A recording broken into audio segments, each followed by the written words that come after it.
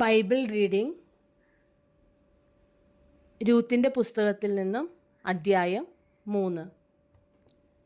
അനന്തരം അവളുടെ അമ്മാവിയമ്മയായ നൊവോമി അവളോട് പറഞ്ഞത്, മകളെ, നിനക്ക് നന്നായിരിക്കേണ്ടതിന് ഞാൻ നിനക്ക് വേണ്ടി ഒരു വിശ്രാമസ്ഥലം അന്വേഷിക്കേണ്ടയോ?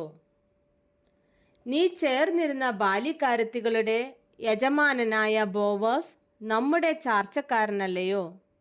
അവൻ ഇന്ന് രാത്രി കളത്തിൽ യവം തൂറ്റുന്നു.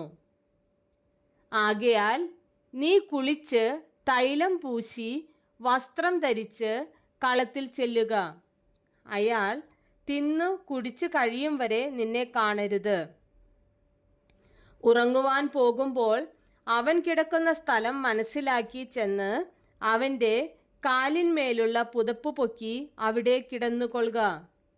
എന്നാൽ നീ എന്തു ചെയ്യണമെന്ന് അവൻ നിനക്കു പറഞ്ഞു തരും. അതിന് അവൾ, നീ പറയുന്നതൊക്കെയും ഞാൻ ചെയ്യാം എന്ന് അവളോട് പറഞ്ഞു.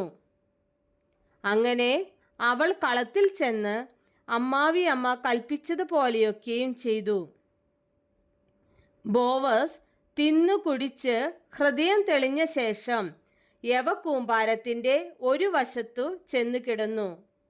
അവളും പതുക്കെ ചെന്ന് അവൻ്റെ കാലിന്മേലുള്ള പുതപ്പ് പൊക്കി അവിടെ കിടന്നു. അർദ്ധരാത്രിയിൽ അവൻ ഞെട്ടിത്തിരിഞ്ഞു. തൻ്റെ കാൽക്കൽ ഒരു സ്ത്രീ കിടക്കുന്നത് കണ്ടു. നീ ആർ എന്ന് അവൻ ചോദിച്ചു. ഞാൻ നിന്റെ ദാസിയായ രൂത്ത്. നിന്റെ പുതപ്പ് അടിയൻ്റെ മേൽ ഇടേണമേ.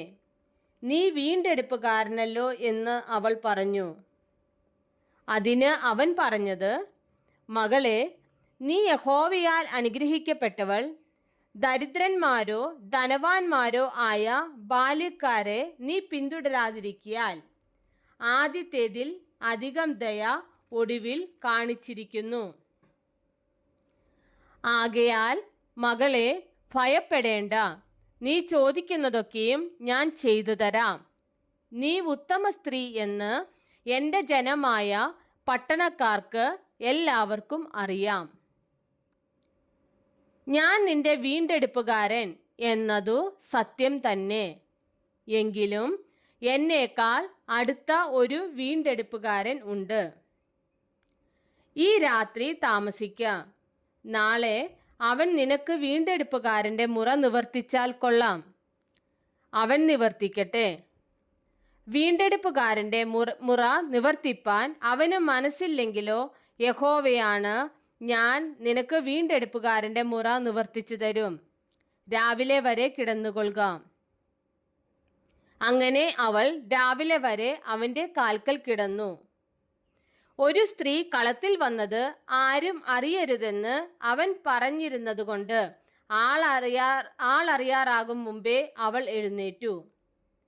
നീ ധരിച്ചിരിക്കുന്ന പുതപ്പ് കൊണ്ടുവന്ന് പിടിക്ക എന്ന് അവൻ പറഞ്ഞു. അവൾ അത് പിടിച്ചപ്പോൾ അവൻ 6 ഇടങ്ങഴി യവം അതിൽ അളന്നു കൊടുത്തു. അവൾ പട്ടണത്തിലേക്ക് പോയി. അവൾ അമ്മാവിയമ്മയുടെ അടുക്കൽ വന്നപ്പോൾ, നിന്റെ കാര്യം എന്തായി മകളെ എന്ന് അവൾ ചോദിച്ചു. അയാൾ തനിക്ക് ചെയ്തതൊക്കെയും അവൾ അറിയിച്ചു. അമ്മാവിയമ്മയുടെ അടുക്കൽ വെറും കൈയായി പോകരുത് എന്ന് അവൻ എന്നോട് പറഞ്ഞത് ഈ 6 ഇടങ്ങഴി യവവും എനിക്ക് തന്നു എന്ന് അവൾ പറഞ്ഞു.